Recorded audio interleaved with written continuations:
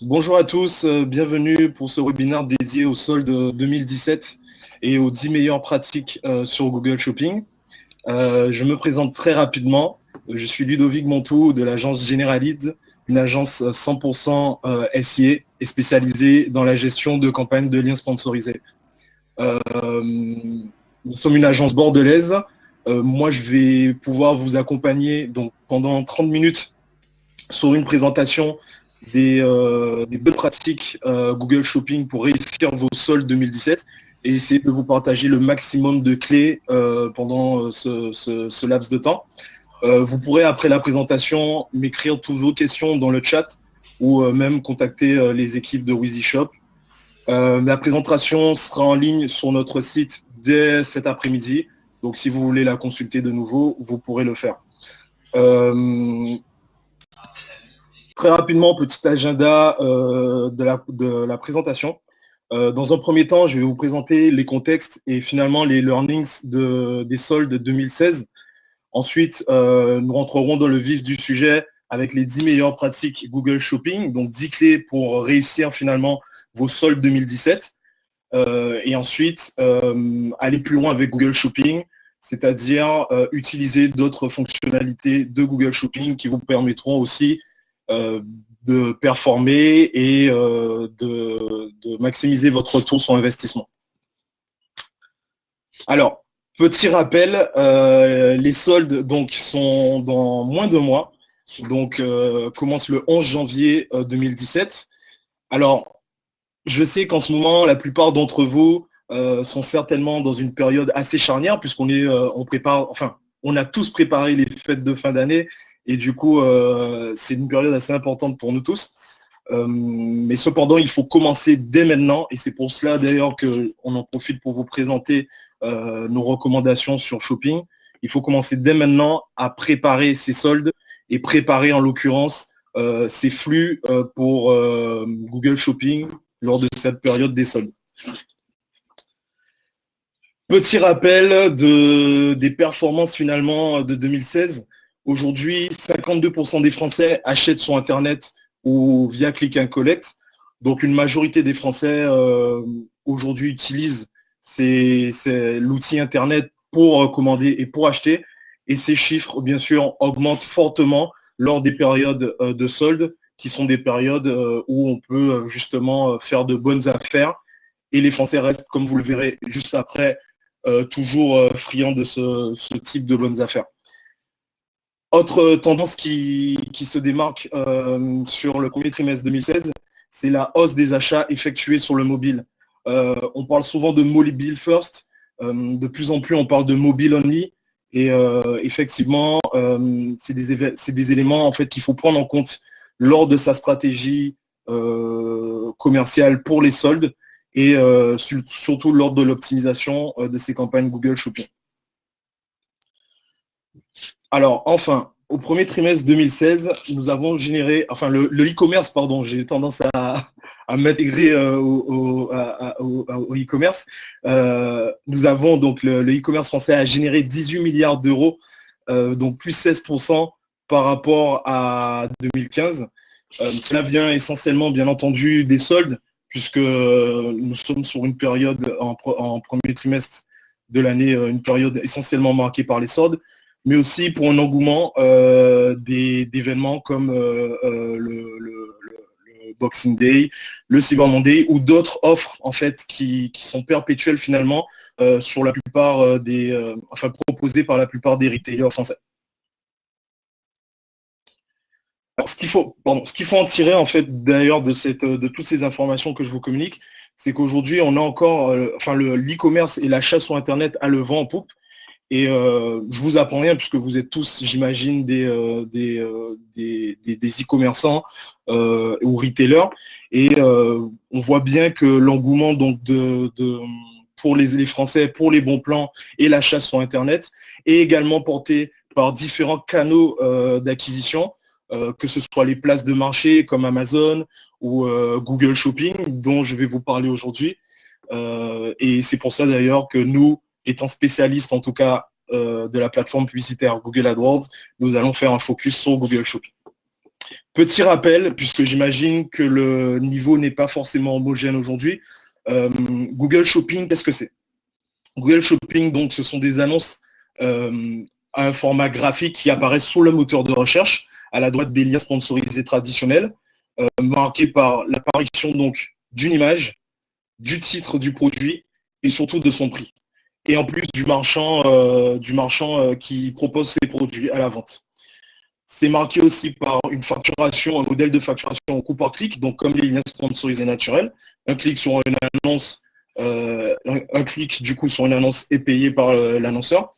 La différence avec les liens sponsorisés naturels, c'est que les liens sponsorisés, pardon, c'est que les annonces Google Shopping sont basées sur le flux produit, donc sur votre inventaire.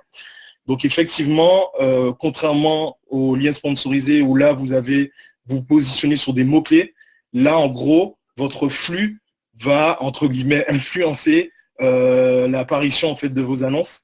Et c'est pour ça qu'on dit souvent d'ailleurs que sur Google Shopping, le plus important, c'est de travailler son flux au maximum. Et dans les 10 recommandations que je vous ferai, vous verrez qu'on est souvent centré en fait sur l'optimisation du flux.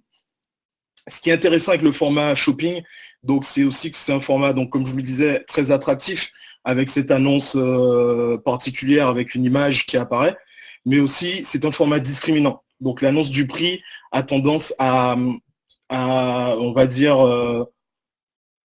écrémer les clics curieux et les clics incorrects, parce qu'effectivement, si le consommateur est prêt à acheter aujourd'hui une télé à 150 € et qu'effectivement vous avez une télé à 250 € qui s'affiche, vous éviterez tous les clics de personnes qui ne sont pas prêts à investir un tel budget dans vos télés et vous vous concentrerez que sur les personnes qui sont prêtes à les acheter et du coup, vous améliorez aussi votre taux de conversion.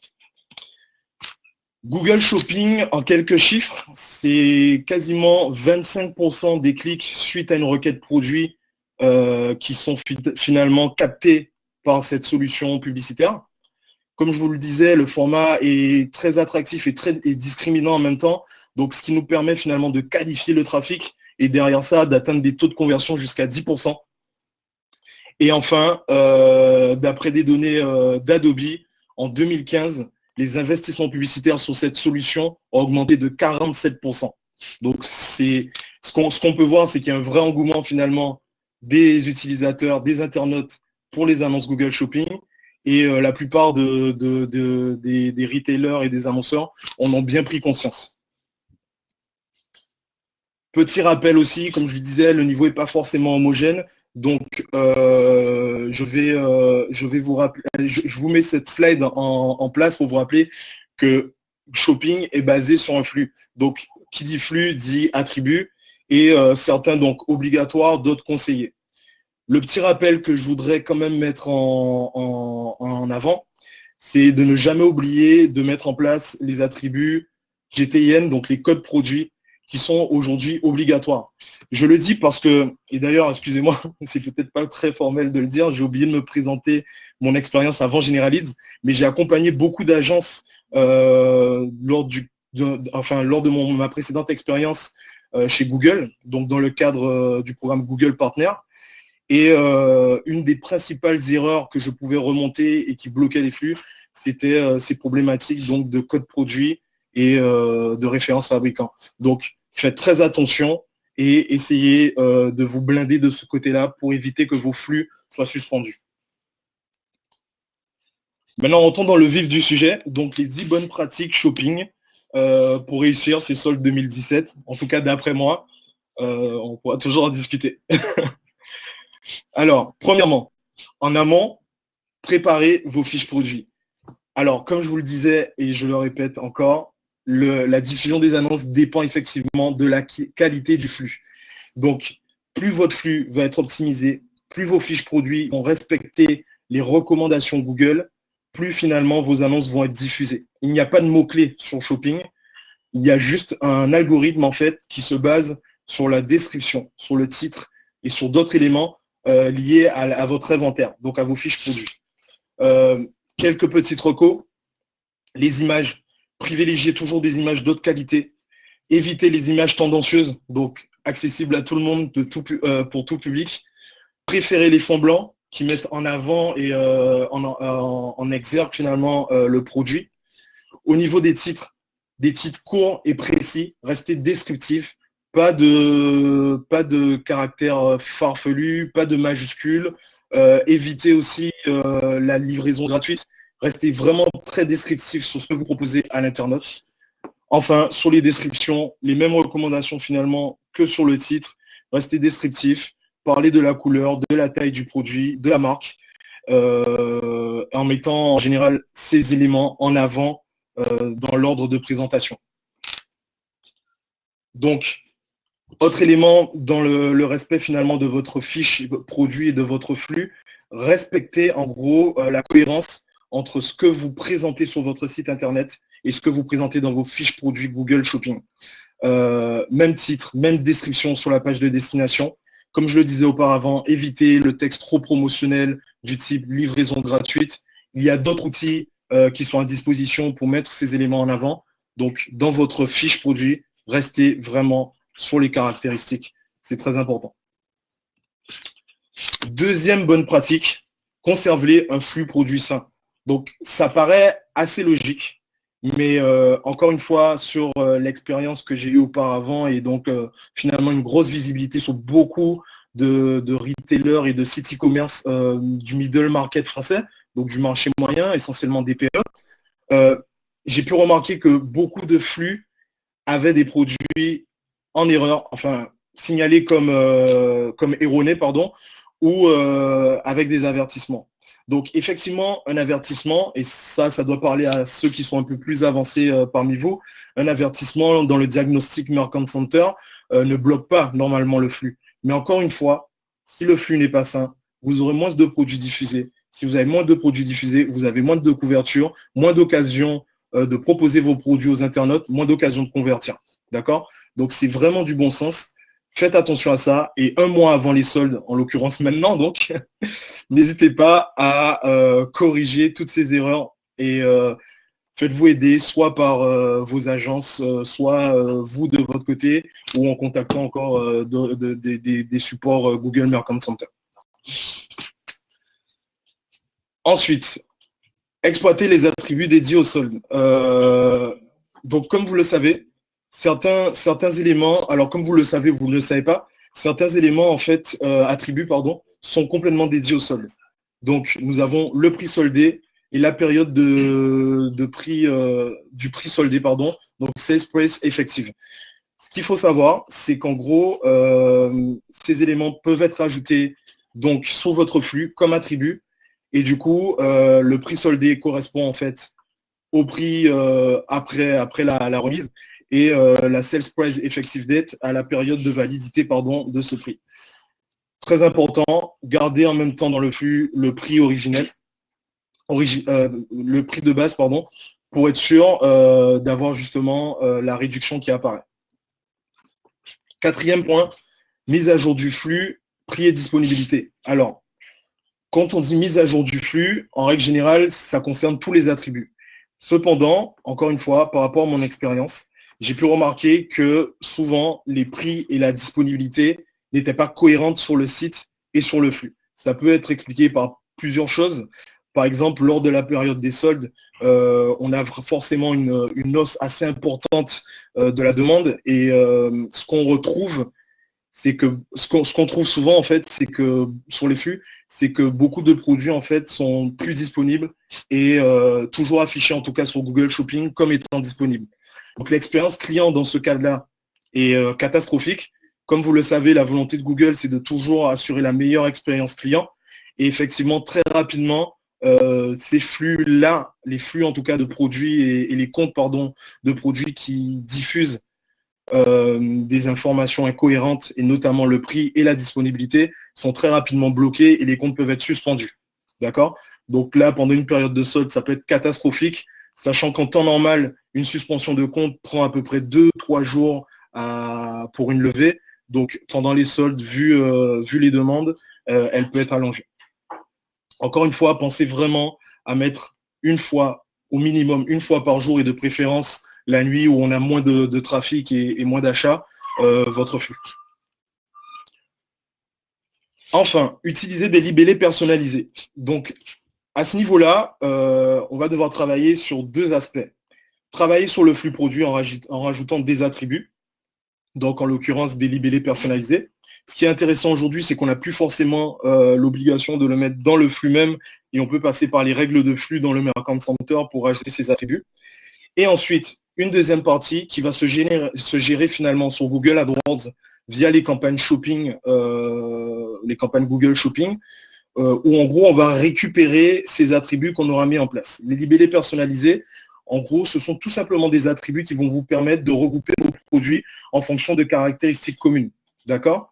Donc, une fois que vous aurez défini des caractéristiques communes, par exemple les prix sur les produits sur lesquels vous faites les plus grandes marges, ou encore les produits, par exemple, soldés, ou encore les produits en fonction de la remise accordée, là, vous allez pouvoir rajouter ces attributs au niveau du flux Mercant Center, d'accord, au niveau de vente Mercant Center, et ensuite l'intégrer dans Google Shopping pour pouvoir segmenter, structurer différemment vos produits, vos campagnes, et du coup, différencier, on va dire, l'effort publicitaire que vous allez mettre sur vos campagnes. Justement, point 6, créer plusieurs campagnes. Une fois qu'on a créé ces libellés personnalisés, ce qui est intéressant, c'est de pouvoir justement regrouper les campagnes en fonction de l'importance. C'est-à-dire qu'aujourd'hui, vous avez certainement des produits qui sont beaucoup plus rentables pour vous que d'autres, qui performent beaucoup plus que d'autres. L'intérêt pour vous, c'est d'adopter finalement une structure assez granulaire dans laquelle vous allez pousser sur certaines campagnes vos produits qui fonctionnent le mieux en leur accordant forcément un budget plus important. Alors, pour ceux qui connaissent un peu plus l'outil, effectivement, le budget ne se gère qu'au niveau des campagnes. Et donc, si on veut vraiment gérer ces budgets de la manière la plus optimale, finalement, on est obligé finalement de regrouper et de créer une structure granulaire. Ce qui est intéressant, une fois qu'on aura créé cette structure granulaire, c'est qu'on va être en mesure de mettre en place des priorités. Des priorités consistent en quoi ? J'ai une campagne, par exemple, où j'ai mon produit phare qui est un robot nettoyeur pour les piscines. Et j'ai un autre produit, j'ai une autre campagne finalement où j'ai encore ce produit, mais qui est toujours présent, mais avec d'autres produits, notamment par exemple les produits pour du chlore ou d'autres éléments pour nettoyer les piscines. L'intérêt pour moi de créer une autre campagne et de mettre la priorité élevée sur le produit, le robot nettoyeur de campagne, nettoyeur de piscine, ça va être en gros de lui accorder beaucoup plus de budget et de m'assurer finalement le maximum de présence sur ce produit-là qui est beaucoup plus rentable. Enfin, l'ajustement de budget et d'enchères. Donc ça, c'est très important pendant les soldes. Cet élément-là est très important à prendre en compte. Pourquoi ? Lors du premier jour des soldes, donc en général vers 8 h du matin, et pour les e-commerçants, plutôt dès minuit, dès 1 h du matin, le premier jour du solde, donc le lundi 11 janvier en l'occurrence, on remarque une hausse très importante du trafic sur les moteurs de recherche et en particulier du coup sur Google Shopping, qui peut atteindre jusqu'à 60% de hausse du trafic. Ça s'explique par plusieurs choses. Et effectivement, la recherche du bon plan, être le premier sur le bon coup finalement, éviter le sold out, hein, c'est-à-dire en gros le produit qui n'est plus disponible. Et ça, on le remarque très fortement quand on gère des campagnes Google AdWords, notamment au niveau des budgets. Pourquoi ? Parce que les budgets se consomment beaucoup plus rapidement pendant cette période.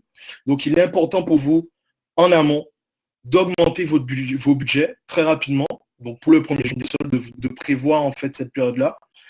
D'augmenter vos enchères aussi finalement, parce qu'en gros, la concurrence est beaucoup plus accrue pendant cette période. Donc, les ajustements d'enchères sont fréquents. Et si vous n'augmentez pas vos enchères, finalement, votre classement sera moins important.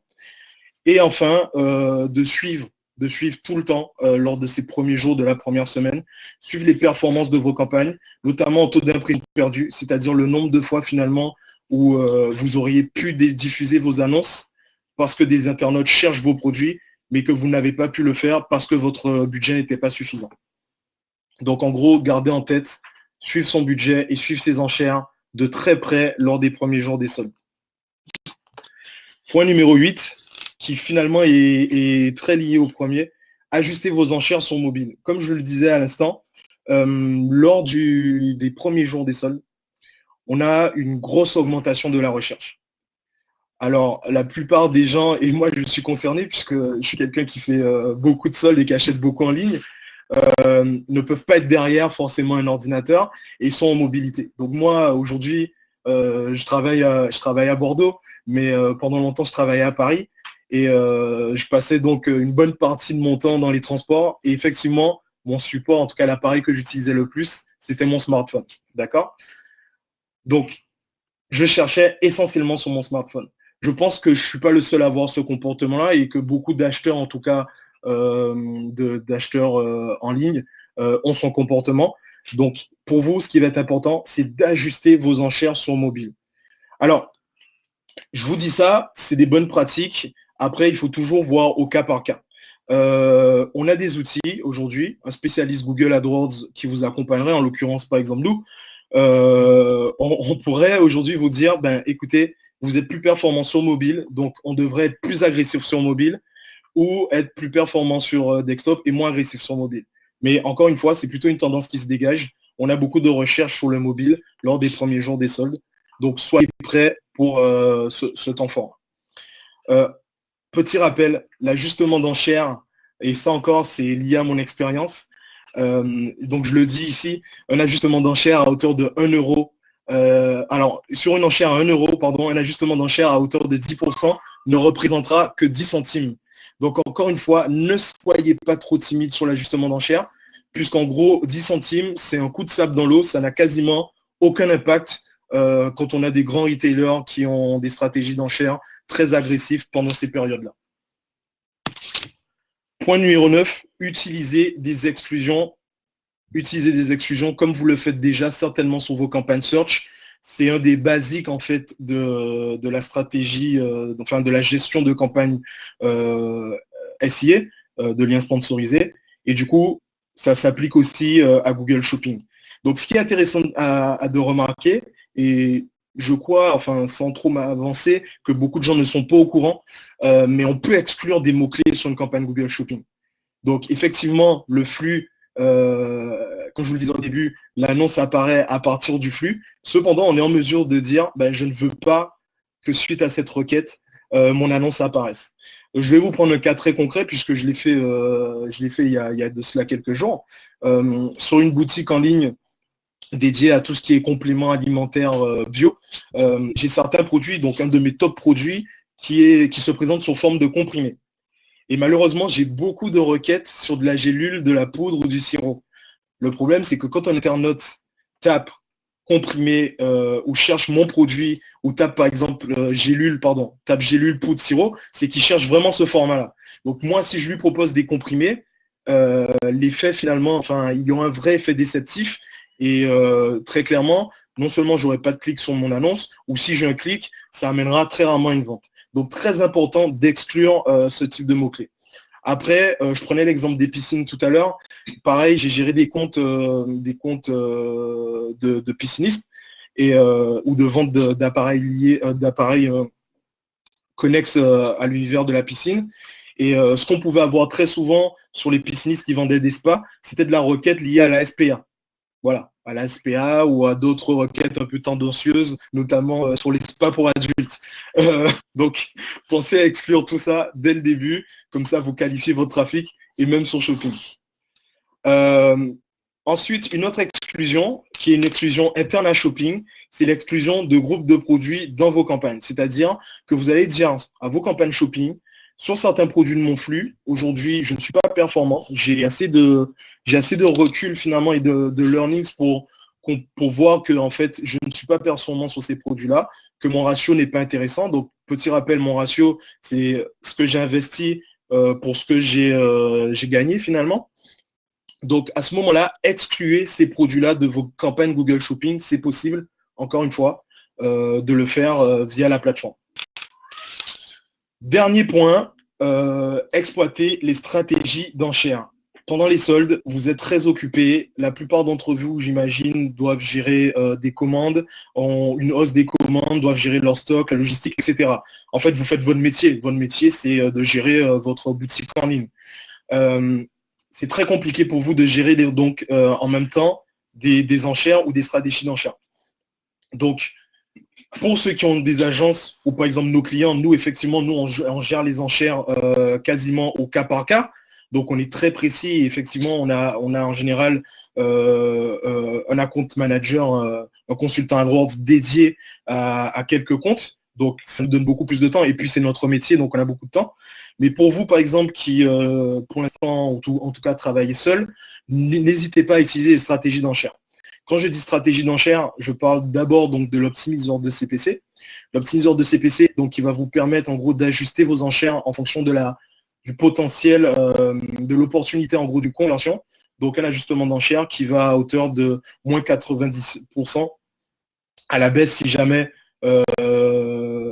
l'opportunité n'est pas présente finalement, et plus 30% si l'outil et l'algorithme Google détectent une opportunité. Une autre stratégie d'enchère qui est beaucoup plus avancée, mais qui a beaucoup de bons retours, encore une fois, d'après mon expérience, c'est la stratégie d'enchère au ROAS cible. Le ROAS, alors qu'est-ce que c'est ROAS, en gros, ça veut dire retour sur investissement publicitaire. En gros, ça correspond au ratio, en fait, de ce que vous avez investi sur Google AdWords ou sur n'importe quel levier d'acquisition finalement, face finalement à ce que vous avez généré grâce à ce levier. D'accord? Donc, en général, ça se présente sous forme d'un chiffre de 5 à 10 ou même de 1 à 10, pardon, voire même plus, hein, on espère, pour certains annonceurs. Et en gros, le calcul est simple, hein, donc c'est chiffre d'affaires sur investissement publicitaire. Sur la partie ROAS, faites très attention parce que c'est quand même une stratégie d'enchère assez avancée. Donc, si vous n'êtes pas expert, laissez des experts le gérer. C'est très particulier. Et ce que cet outil-là peut entraîner, c'est une baisse finalement du trafic parce qu'effectivement, vous capez l'outil, vous le bloquez, vous le limitez finalement à un ratio que vous voulez atteindre. Et du coup, certaines opportunités ne vont pas être détectées, enfin ne vont pas être exploitées parce que le ratio ne sera pas intéressant. D'accord ? Autre élément aussi qui est très important, donner du temps aux stratégies d'enchères automatiques. La grosse erreur que j'ai pu voir très souvent, c'est des tests. Alors, comme je vous le disais, je travaillais avec des agences, donc même des personnes assez expérimentées faisaient cette erreur. La grosse erreur, donc, c'est de mettre en place ce test via un ROAS cible, une stratégie d'enchère ou l'optimiseur de CPC, et de l'arrêter au bout d'une semaine parce que les résultats ne sont pas au rendez-vous. On est sur du machine learning, on est sur de l'algorithme, donc l'outil a besoin de suffisamment de conversion, de suffisamment de cas pratiques pour pouvoir fonctionner bien. Alors, pour poursuivre, on va aller un petit peu plus loin et je vais vous présenter d'autres solutions Google AdWords liées finalement à shopping. Hein. On reste quand même shopping centrique sur cette présentation. Et d'autres solutions qui peuvent être intéressantes à mettre en place sur vos campagnes Google Shopping pendant les soldes et enfin tout le long de l'année finalement. Première solution, le remarketing sur shopping. Donc le remarketing n'est plus à présenter, je pense. Le remarketing, qu'est-ce que c'est en fait? C'est la possibilité pour vous de recibler des personnes donc, qui ont déjà eu un contact ou qui ont déjà visité en tout cas votre site ou vos fiches produits sur le réseau de recherche. Donc en l'occurrence, quand je dis le réseau de recherche, c'est tout simplement le moteur de recherche. Et Shopping faisant partie des annonces en fait du moteur de recherche, on va pouvoir utiliser cette fonctionnalité-là sur Shopping. On parle de RLSA, donc quand on parle de liste de remarketing, qui sont basées sur des cookies, donc en gros sur des visiteurs qui ont été sur votre site. Des listes de remarketing, on peut en créer à l'infini en fonction de différents comportements sur votre site. Aujourd'hui, vous pouvez créer par exemple la liste de tous les visiteurs, toutes les personnes qui sont venues sur votre site. Cette liste est déjà assez qualifiée. Mais vous pouvez aussi aller plus loin et par exemple créer la liste des abandons au panier ou par exemple la liste des personnes qui ont passé plus de 5 minutes sur votre site ou visité plus de 10 pages. Bon, voilà, là je vous présente quelques listes les plus fréquentes, les plus utilisées, mais on va dire qu'en gros, les listes de remarketing ce que je vous ai présenté, c'est une liste non exhaustive. Pour information, le RLSA sur Shopping va se présenter sur la forme suivante. Vous allez pouvoir procéder à un ajustement d'enchères. Donc, encore une fois, on est sur une structure on est sur un support de mise aux enchères. Et comme vous le savez, c'est très important finalement l'enchère dans la diffusion de vos annonces. Quand vous avez par exemple un visiteur qui est venu sur votre site et que vous voulez le recibler, vous allez pouvoir par exemple procéder à un ajustement d'enchères à hauteur de 20% ou de 30%. Nous, on recommande, et en tout cas quand j'étais chez Google, et Google recommande en gros un ajustement d'enchères à hauteur de 50% par exemple sur tous les visiteurs.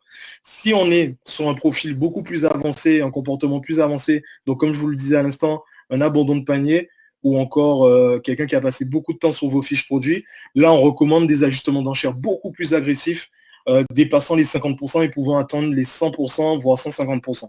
D'accord? Encore une fois, rappelez-vous ce que je vous ai dit auparavant, un ajustement d'enchère à hauteur de 10% sur une enchère de 1 euro ne représente que 10 centimes. Deuxième fonctionnalité, et là attention, c'est une bêta, donc je vous parle de quelque chose qui n'est pas encore disponible, accessible à tout le monde, et nous pouvons le proposer en tout cas à nos clients parce que nous sommes Google Partners, donc suivi par une équipe Google dédiée à Paris.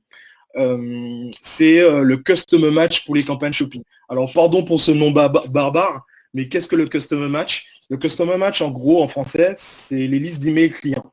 C'est une liste d'emails que vous allez pouvoir récolter via votre CRM ou par exemple via des actions commerciales menées sur des salons, etc., que vous allez pouvoir intégrer en fait à votre outil, à l'outil Google AdWords. Et en gros, grâce à cette liste, en gros, vous allez pouvoir recibler sur certains supports, à savoir le réseau de recherche, donc les pages le moteur de recherche, les pages de résultats, pardon, YouTube, et aussi sur les annonces Gmail, donc les annonces que vous pouvez voir dans Gmail. Donc ces personnes-là que vous avez peut-être identifiées via vos actions commerciales passées, etc., vous allez pouvoir aujourd'hui les recibler même sur le search. Donc vous imaginez la puissance de cet outil. Deux autres programmes qui ne sont pas forcément liés à la période des soldes, mais qui sont assez intéressants pour tout e-commerçant français. Le premier, c'est promotion des marchands. Donc promotion des marchands, comme je le disais au début, je vais faire un lien avec promotion des marchands. Les Français sont de plus en plus, il y a un réel engouement pour les bons plans et ces petites offres promotionnelles tout au long de l'année. Là, on l'a vu cette année, par exemple, le Black Friday a été vraiment très, très, très, très suivi par la plupart des grands retailers français. Le Cyber Monday un peu moins, mais Amazon, par exemple, et moi qui suis un grand client d'Amazon, je peux vous dire que le Cyber Monday, c'est quand même un des chevaux de bataille, des chevals de bataille d'Amazon. Et du coup, c'est des éléments, enfin c'est des offres, des événements commerciaux qui sont de plus en plus utilisés. Donc ce qui est intéressant pour vous sur Shopping, c'est de mettre en place des promotions de marchands. Promotion de marchands, qu'est-ce que c'est? C'est la possibilité en gros de mettre dans votre annonce une offre spéciale, donc sur votre annonce Google Shopping, que l'internaute en gros va pouvoir intégrer à sa commande lors de la finalisation. Donc en gros, un coupon, un code de réduction, par exemple sur la copie d'écran, vous voyez par exemple moins 20% à partir de 100 € d'achat. Et ce qui est intéressant finalement, c'est que ça va générer beaucoup plus de trafic sur vos annonces shopping, Google Shopping, par rapport à d'autres leviers d'acquisition que vous pourrez utiliser. Donc mettez ce genre d'outils en avant. Pareil, c'est des éléments qui se gèrent au niveau du flux.